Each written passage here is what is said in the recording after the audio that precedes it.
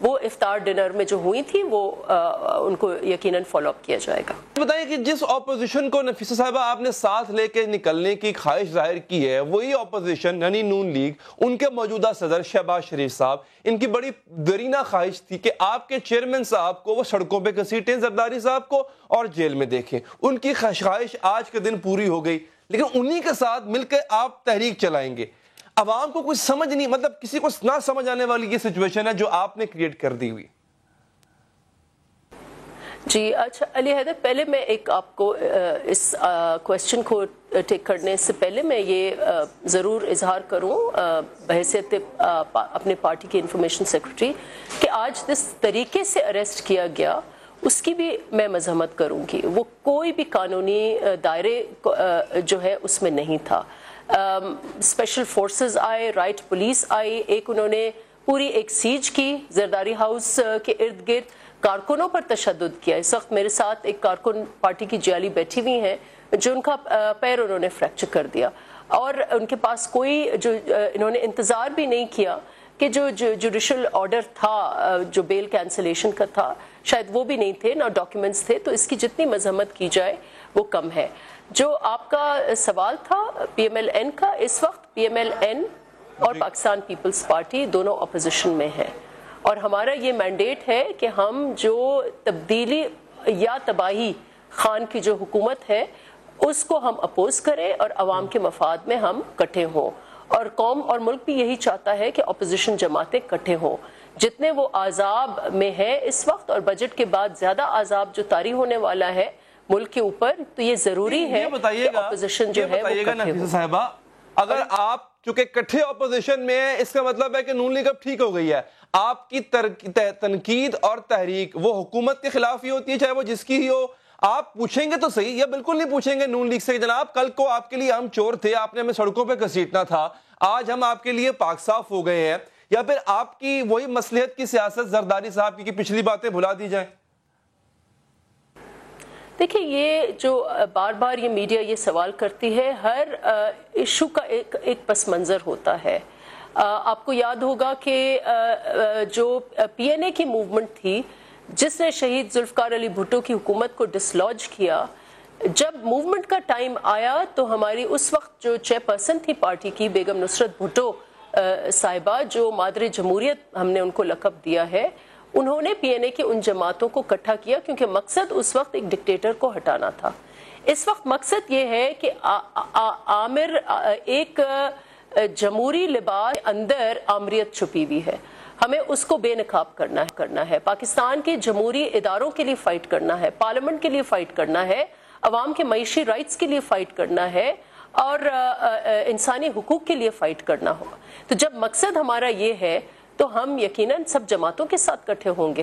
اس پس منظر میں وہ پس منظر کچھ اور تھا, اس پس منظر میں ہم لوگ اس پہ گفتگو کر سکتے ہیں کہ وہ کیا پس منظر تھا.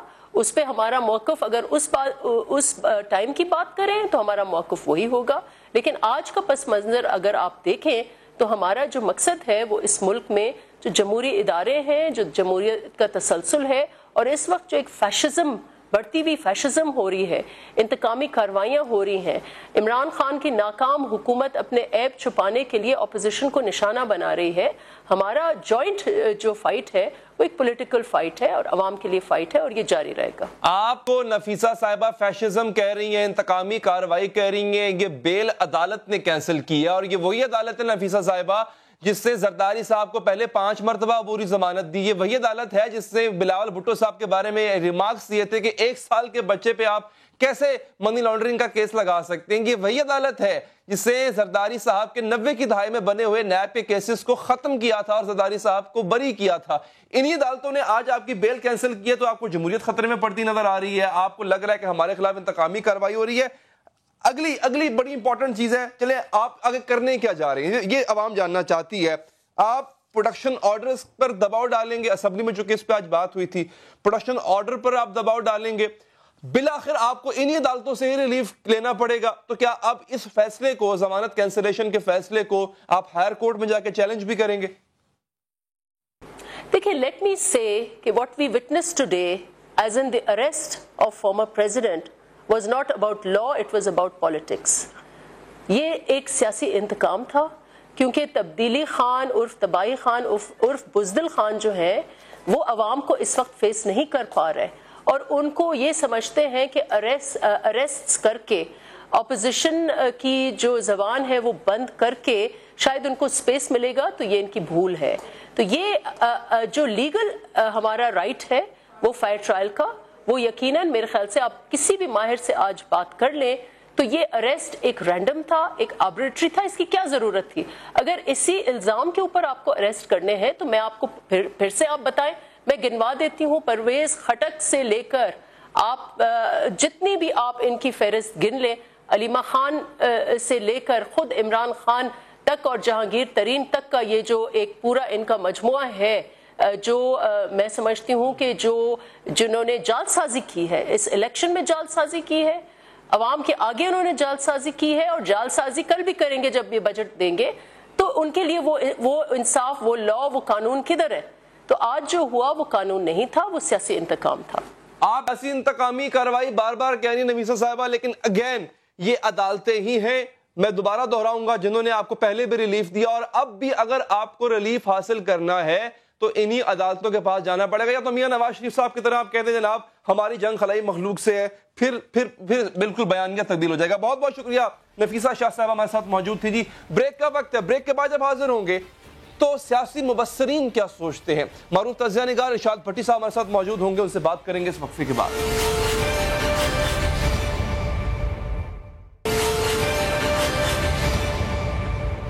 لیں جی، حاضر ہیں بریک کے بعد۔ اپوزیشن نے اعلان کر رکھا ہے کہ وہ عید کے بعد حکومت کے خلاف اپنی حکمت عملی طے کرے گی، لیکن حکمت عملی طے ہونے سے پہلے ہی پیپلز پارٹی کے شریک چیئرمین آصف زرداری گرفتار ہو جاتے ہیں۔ اب نون لیگ کے قائد نواز شریف پہلے جیل میں، یوں دیکھا جائے تو اپوزیشن کی سیاست تو باہر ہے، لیکن قیادت وہ سلاخوں کے پیچھے ہے، اور حکومت کی حالت بھی کچھ اچھی نہیں ہے۔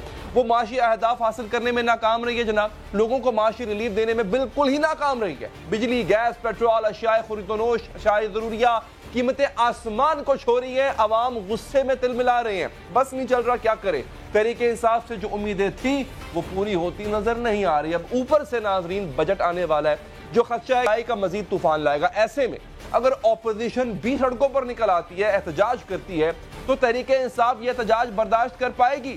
مشکل میں کون ہے؟ اپوزیشن مشکل میں ہے کہ حکومت مشکل میں ہے؟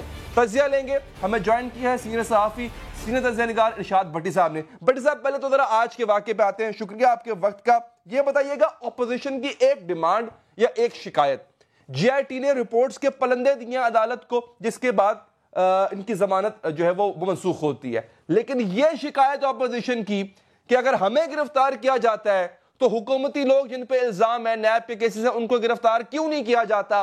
ڈو یو ایگری کہ یہ ان کی شکایت، ان کا اعتراض درست ہے؟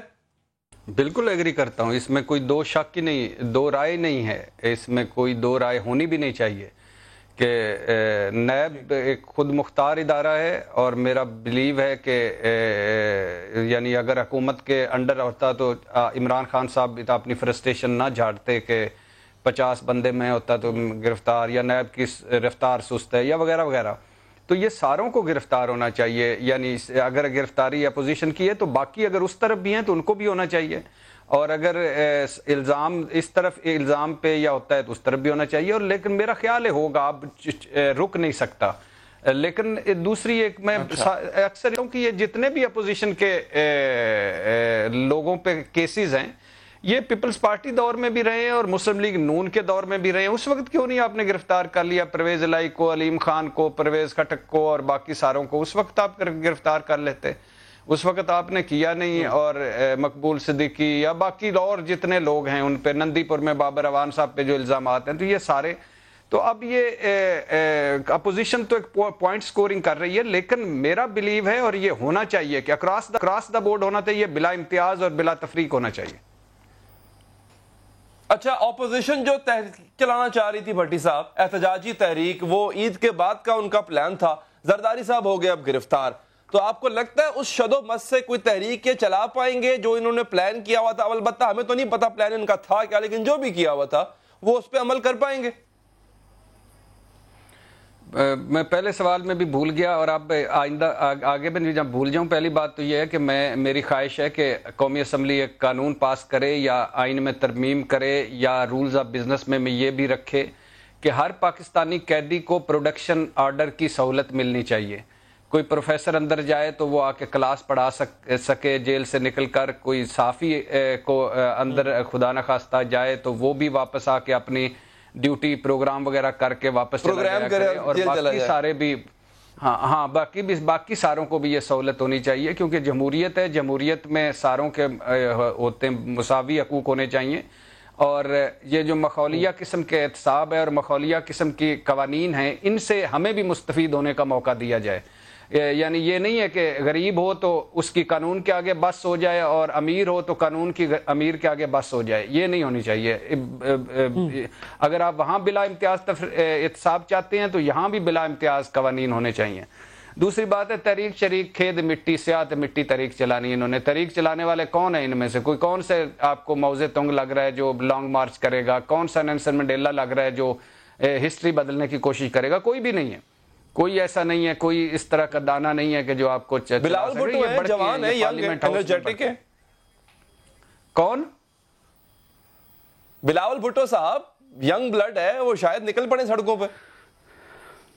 حضور بلاول بھٹو صاحب جب یہ جو جے آئی ٹی ہے 2015 سے یہ جو معاملہ چلا ہے میں یہ گھجنی یادداشتوں کے لیے تھوڑا سا 3-4 لائنیں پڑھ رہا ہوں. 2015 سے معاملہ چلا جو ایف آئی اے نے 29 جون 2018 کو چیف جسٹس نے نوٹس لیا اور 5 ستمبر 2018 کو جے آئی ٹی بنی.